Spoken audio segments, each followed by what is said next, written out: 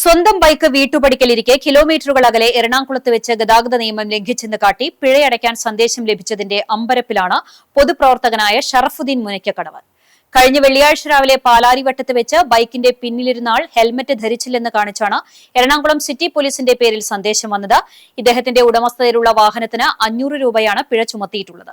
സന്ദേശം ലഭിച്ചതിനെ തുടർന്ന് മോട്ടോർ വാഹന വകുപ്പിന്റെ ഔദ്യോഗിക വെബ്സൈറ്റിൽ പരിശോധിച്ചപ്പോഴാണ് കൂടുതൽ വൈരുദ്ധ്യങ്ങൾ ശ്രദ്ധയിൽപ്പെട്ടത്. വെബ്സൈറ്റിൽ നൽകിയിരിക്കുന്ന ചിത്രത്തിൽ ഒരു പുരുഷനും സ്ത്രീയും സ്കൂട്ടറിൽ യാത്ര ചെയ്യുന്നതാണുള്ളത്. എന്നാൽ പരാതിക്കാരന്റെ ഉടമസ്ഥതയിലുള്ളത് ബൈക്കാണ്. മാത്രമല്ല, ചിത്രത്തിലെ സ്കൂട്ടറിന്റെ നമ്പർ പ്ലേറ്റും ഒട്ടും വ്യക്തവുമല്ല. നമ്പർ പ്ലേറ്റ് വ്യക്തമല്ലാത്ത മറ്റൊരു വാഹനത്തിന് ലഭിക്കേണ്ട പിഴ വാഹന നമ്പറുമായുള്ള സാമ്യം മൂലം ഉദ്യോഗസ്ഥർ തെറ്റായി രേഖപ്പെടുത്തിയതാകാമെന്നാണ് കരുതുന്നത്. യാതൊരു പരിശോധനയുമില്ലാതെ പിഴ ചുമത്തുന്ന ഇത്തരം നടപടികൾ സാധാരണക്കാരെ ബുദ്ധിമുട്ടിക്കുന്നതാണെന്ന് അദ്ദേഹം പറഞ്ഞു. അശാസ്ത്രീയമായ രീതിയിൽ പിഴ ചുമത്തിയ നടപടിക്കെതിരെ ഷറഫുദ്ദീൻ അധികൃതർക്ക് പരാതി നൽകി.